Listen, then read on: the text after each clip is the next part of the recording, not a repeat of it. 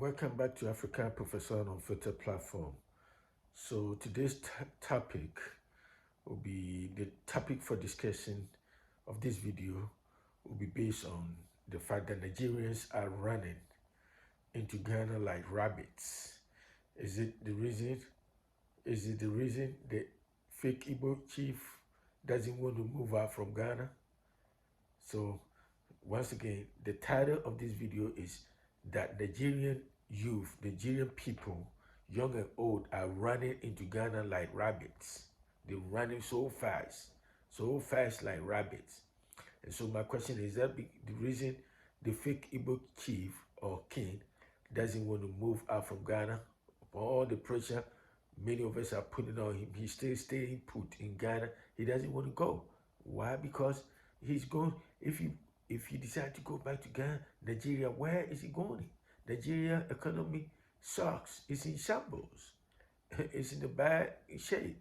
So, I think I'm understanding why the fake Igbo king or chief doesn't want to go back to Nigeria, because his country is in a bad shape. So once again, the title of this discussion is that Nigerians are running into Ghana like rabbits. And it is because of that, you see the Igbos and many of the Nigerians don't want to go back to their own country. So one more time, you have come to Africa Professor One on Filter platform. I'm your spokesperson, your chief linguist, African Professor One. Subscribe, share, be part of the journey, African Professor One journey. And let's all move this conversation together. So I was sitting there out of curiosity. I was sitting there and decided to research, read and trying to understand why many of these Nigerians are coming to Ghana in numbers. A whole bunch of them, a whole bunch of them are coming to Ghana, bunch of them. And I said, these are the people who brag. As a matter of fact, if you want to know the country, the group of people in Africa, who brag a lot about their country, about how big, about how giant their country, is, it's the Nigerians. Many of them, I won't say all of them, but many of them like to brag. When you be around, if you have get a chance to be around Nigerians, many, especially the Igbos, they talk a lot. They talk in big terms about Nigeria, how they put Nigeria in the high pedestal. And and it's not surprising because everybody, when you talk, when you try to promote their country and everything, and it's normal. But it's just like the Nigerians, many of them take it to a different level.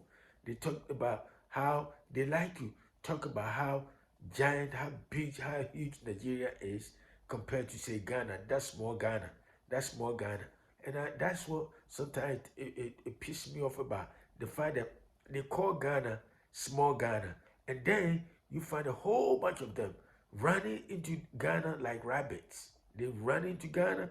You try to push them back. You try to tell them to go back to their country. They don't want to go. And they come in, and that grandiose attitude or mindset, they brought that with them. And so you see them, they talk big. They pretend like if the 10 is 2, they make it seem like it's 10. They like to brag all the time. But guess what?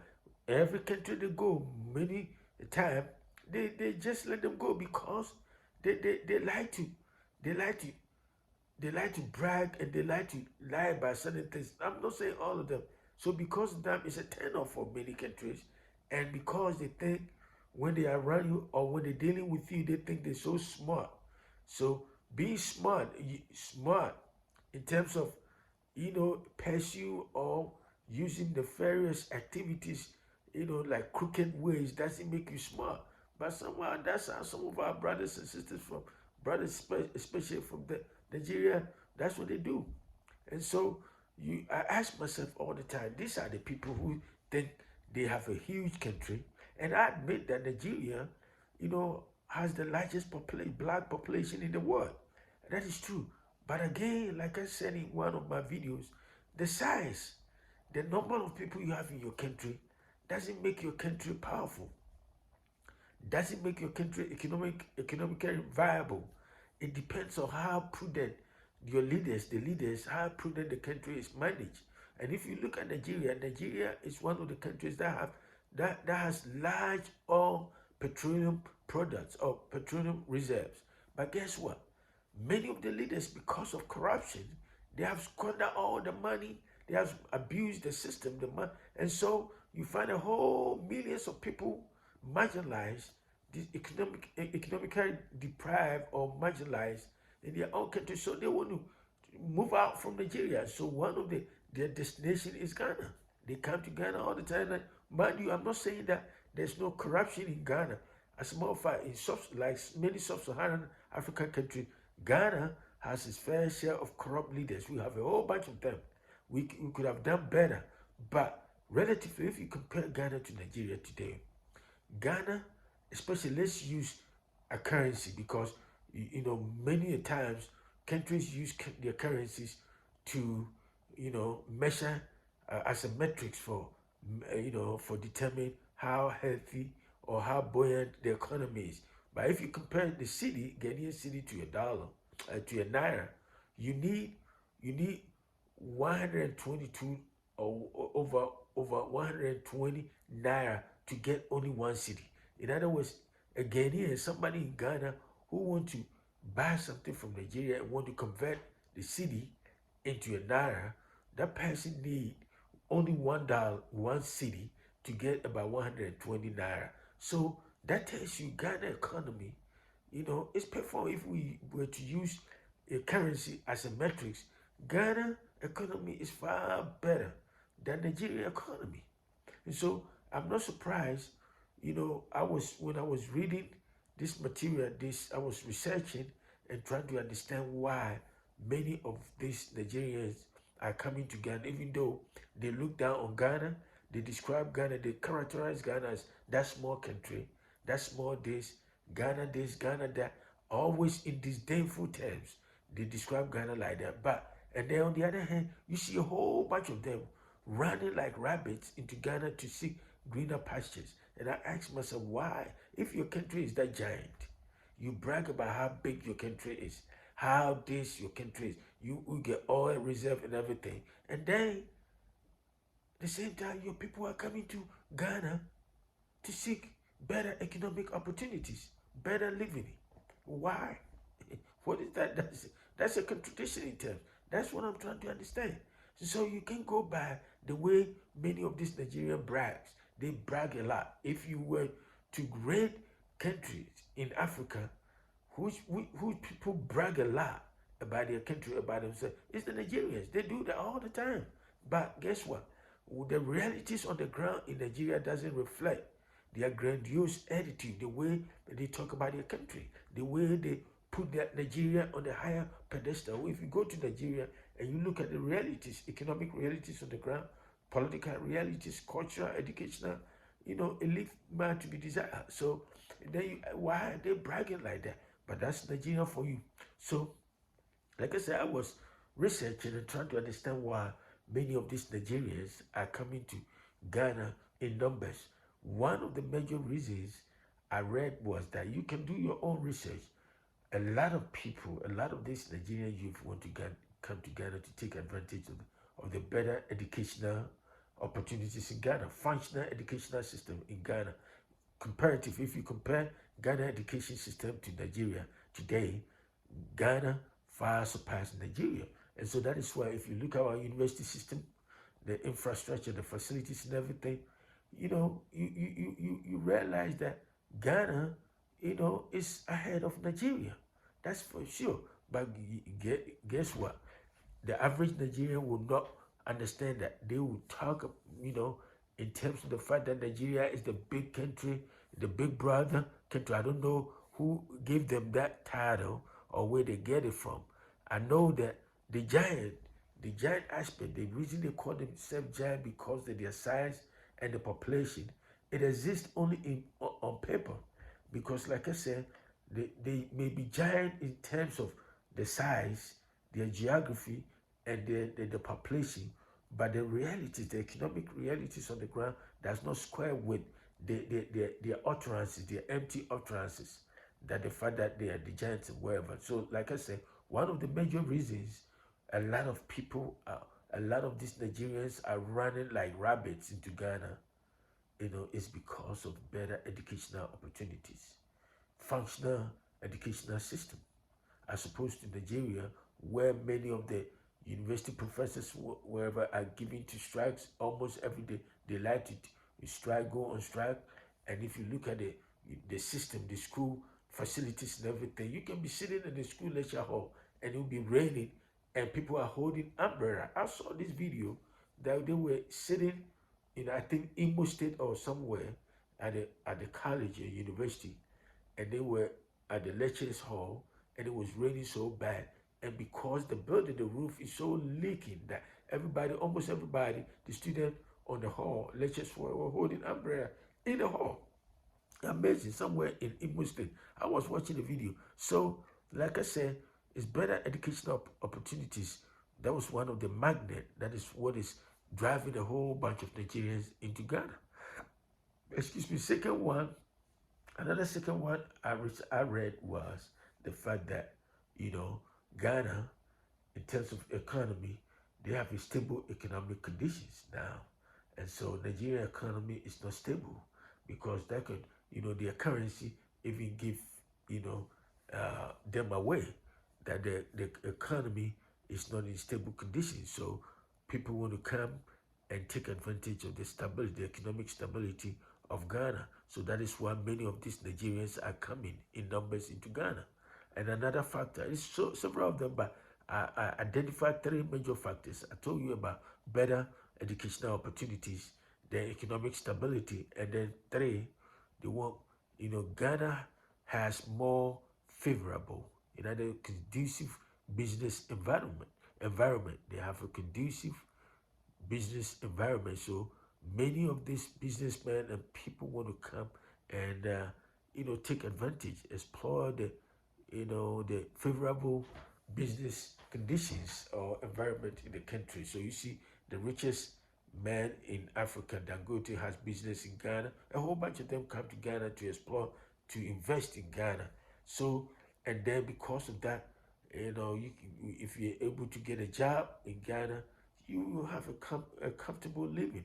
So today, if you look at the reason, some of the major reasons a lot of these Nigerian youth or people are running into Ghana that, like rabbits, coming to Ghana to settle in Ghana is because of education, that they want to come and take advantage of free senior high school system, the secondary school system free, and they come in and try to find the Ghana card, and so they can take advantage and go to school, high school for free. And then economic stability. If you look at our currency, like I said, the city is outperforming the naira. You need only one city to get about 120 naira. So in direct terms. So if you look at, and now you look at the regional influence, Ghana surpassing, been way in the liberation days in the 60s. Ghana was a torchbearer of African liberation. As a matter of fact, when Ghana gained independence in 1957, Ghana opened the door. It makes a lot of the African countries realize that, after all, independence is attainable because Ghana has got theirs. So when Ghana got it, Guinea also got theirs in 58. And in the 1960s, it was declared as the year of independence of Africa because many countries, about 17 countries or so, gained their independence, including Nigeria. So we were the torchbearers. We paved the way for Nigerians to gain independence, to also fight for their independence, because when Ghana gained independence, they realized that it's attainable. So when you hear this Nigeria talking about the giants of Africa in terms of what? After all, it's one of the two of their leading leaders in Nigeria, Olusegun Obasanjo and General Gowon. They all had their military training. Gowon had, even before they went to England to take their military course, they also get a training, cadet training in Teshi. Gowon was one of them. Gowon was a president or a leader of Nigeria. He had a cadet training in Accra, in Ghana. in the 60s. The same thing applies to uh, uh, Obasanjo. Olusegun Obasanjo was also a president, one-time president or leader of Nigeria. He also had a military training in Accra. So in terms of first days first, that Ghana was first in everything. So we may be smaller, but we are mightier. Ghana is mightier than Nigeria. Nigeria may be, relying on their size and everything, but economically, politically, everything. Ghana is my circle. We have one more African Cup of Nations than Nigeria. As a matter of fact, even though Nigeria went to World Cup first, we were the first. We were the first. First before the Nigeria has never been to a quarterfinals in the World Cup before, but Ghana has been to a quarterfinals in World Cup. Nigeria has never been in the quarterfinals, so everything first. The first time Ghana won African Cup of Nations was 1963. Like I say in one of my videos, Nigeria first time was 1980. So when they talk about giant in terms of what? So now, talking about all this, it makes me realize now why the Igbo chief, the fake Igbo chief, doesn't want to move out from Ghana, because many of his people, compatriots, are moving into Ghana because to seek greener pastures, economic business opportunities, better educational system, functional educational system, more favorable business environment. So with all these conditions, what makes you think the fake Igbo chief will move back to Nigeria? Because the country economy, Nigeria country economy sucks. So when he leave Ghana and go back to Nigeria, what is he going to do? How is he going to survive over there? So sometimes when I sit there and realize, so now I get it. I understand why the Igbo chief, with all the pressure, with all the critiques that hiring at him, that we putting on him, the guy just turned a blind eye, or just close his ears, that he doesn't even want to hear anything. Because guess what? If he were to go to Nigeria today, what is he going to do? Nigeria doesn't have a good or a favorable business environment. Corruption is the order of the day. That doesn't mean Ghanaian leaders, or we don't have corrupt people here. But if you compare Ghana to Nigeria in terms of corruption, yes, they are a giant in corruption. That is true. For that one, I will give it to them. So that's the reason I think the fake Igbo chief doesn't want to go back, because his country sucks economically. The education system is in shambles, it's dysfunctional. And so what is he going back to Nigeria to do? And so that is the reason. Instead of sitting down and keep quiet, but as a typical Nigerian, they like to brag. He bragged on the video that he want to build palaces for his people, for Igbo people. He didn't say all Nigerians. So that's Nigerian for you. They like to brag. They like to blow their own trumpet, even though it may be empty boast, but they do it anyway, because empty boast in the sense that you brag, and then when you go to their country, it doesn't know what is the conditions over there. The realities on the ground do not reflect, the kind of pronouncement, unguided or empty boast they are, making, throwing out everywhere. So that is what I want to talk to you about. So one more time, this is African Professor One.